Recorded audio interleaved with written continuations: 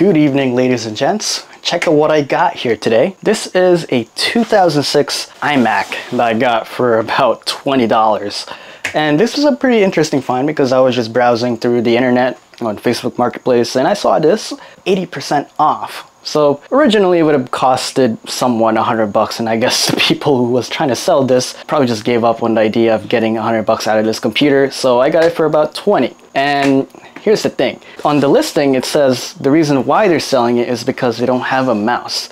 And I always have a very big suspicion when someone says little things like that, because that just means there's something wrong with a computer. But hey, for 20 bucks, it's either that or a Chick-fil-A meal with a little bit of extra spice on the side.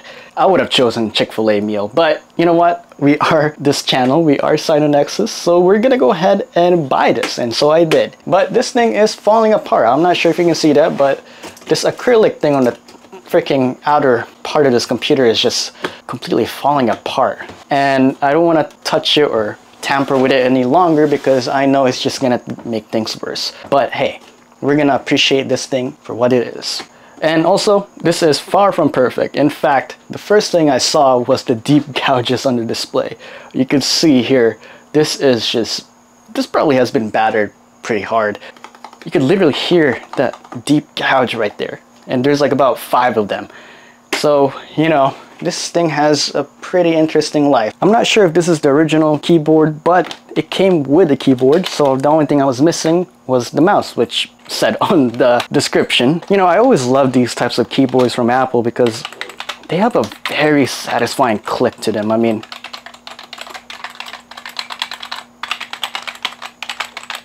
I believe these are membrane keys, so they're not even really, you know, out of the ordinary. It's just the fact that it's just really well designed. This is like equivalent to popping bubble wrapper. Why not complete it by buying a Walmart mouse that I got for about $8? Nothing special.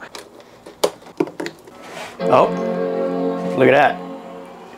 And the fans are on the max. That's great. Now, these 2006 model of iMacs are pretty interesting because this is the first year where they transitioned into the Intel platform. The earliest of the early iMac design, this design specifically only came with Core Duo, and that is a 32-bit CPU. Now this has, at least on the back, it says it has a Core 2 Duo 2.16 gigahertz. So this is a 64-bit computer. The issue is that the EFI on this machine is only built for 32-bit.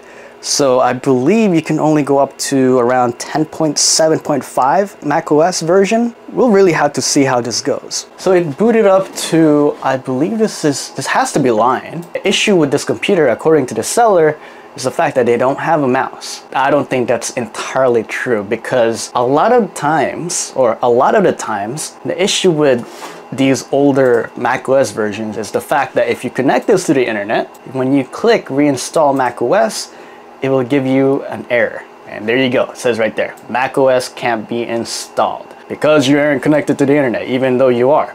Continue, and this thing will fail. Watch. Yeah, there you go. You can see it right there. An error occurred while preparing the installation. So that's really the downside about this whole shenanigans right here, is the fact that you can't really do anything with this computer without having to get an actual reinstalled disk. The online reinstallation of macOS Lion basically essentially bricks this whole computer apart, which is so unfortunate, and that's probably why they sold this for so cheap.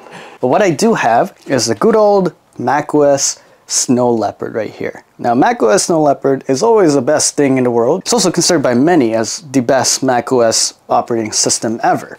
So we're gonna go ahead and reinstall this whole computer with macOS Snow Leopard. Another thing, I do not trust the CD slot right here. A lot of the times these beat up machines, especially like this one, tend to have a stuck CD inside of it. Special thanks to FlexiSpot for sending me this wonderful FlexiSpot OC6 ergonomic chair. This is by far one of the most comfortable computer chairs I've ever felt in my life. And to be honest with you, after using this computer chair for the past couple of months, it has been nothing but amazing. You can't even tell you're sitting down because of how comfortable it is, thanks to that mesh material that is BIFMA certified. That BIFMA certified mesh fabric can last up to 10 years of prolonged sitting. Even today, after months of using it, it is still wonderful. This also is a very customizable chair, from the headrest to the armrest, all the way to the seat depth adjustment, which is fantastic because that's what you want in a chair like this for prolonged sitting and hours on end using it for work. You want a chair to last. This also comes with a 10-year warranty. And the backrest frame design is a Y-shaped lumbar support, which is really good for your back, and you don't really have to worry about having any back problems because this chair will hug you like a teddy bear. Look at that. Huh, it works.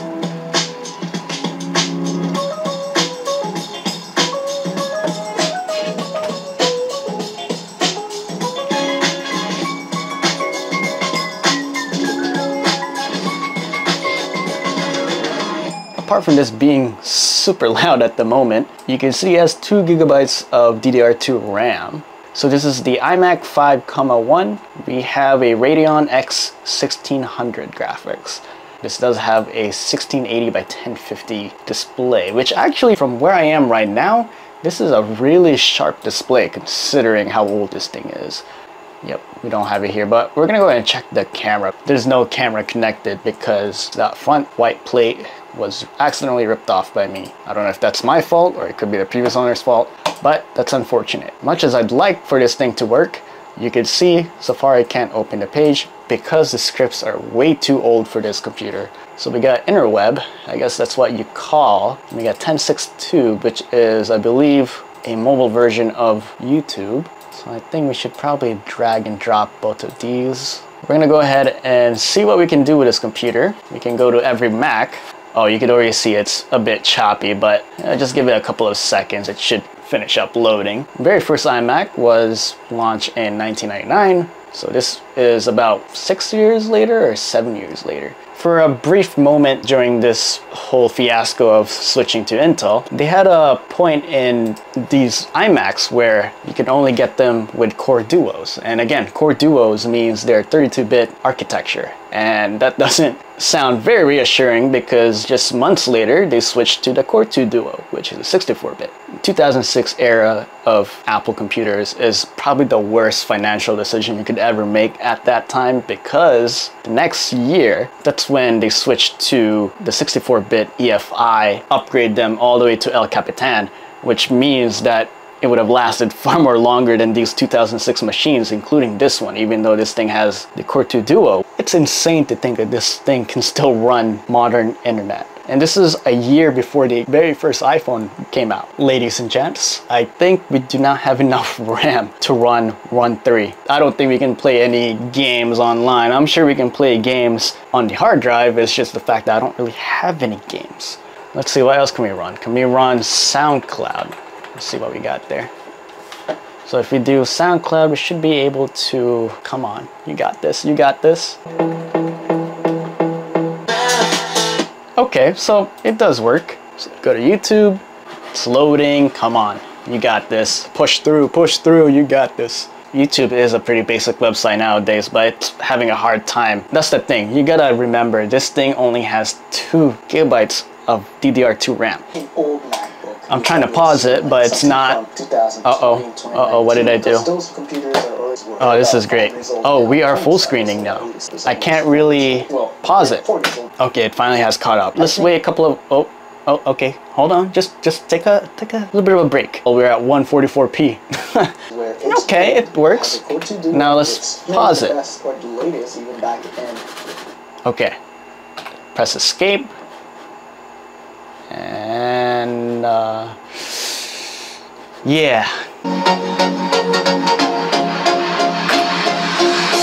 there's like a solid 2 seconds of delay whenever I pause a video. That's hilarious. That's why I always believe these 2006 MacBooks or iMacs or any Macs, honestly, from 2006 when they switched to Intel is probably the worst financial decision you could have ever made back in 2006. All right, in conclusion, I think this iMac might be usable for someone who is getting into that old style acrylic iMac design, but to be honest with you, and this is just me being real, these are becoming very much antiquated. They are no longer useful in my opinion, unfortunately, even though I do want to use them in today's world, just like the power PCs of the past. This is just in a situation where it's quite a bit complicated, because technically Apple could have made this whole entire process much simpler longevity-wise. The issue is the fact that this computer, this specific one right here, has a 32-bit EFI. And that means you can't really update this thing anything over 10.7.5, which is Lion.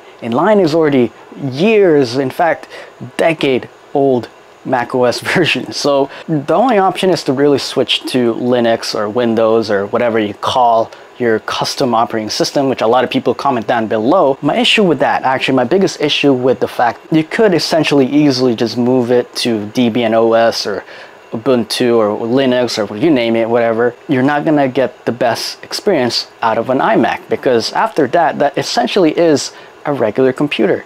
An iMac, macOS, MacBooks, iPhones, they have a complete different experience. You know, like I feel like there's always a hardware and software integration with Apple products, and that's what makes them special. And that's what makes them an Apple product. And so as soon as you strip that macOS out of that iMac or a MacBook, it just becomes a regular computer and it no longer is very special. In conclusion, I think this is useful for someone who just wants to get some sort of basic things done, like just checking basic email. But other than that, you can't really do much. As much as you can upgrade this to 4 gigs of RAM, that also goes back to the website scripts and whatnot. It's a lot of problems as years go by with these older machines, and this is becoming to that point where it's getting a little bit too old to be used. Anyway, I hope you guys enjoyed this video. Don't forget to leave a like, comment, and subscribe. I'll see you guys later. Peace out.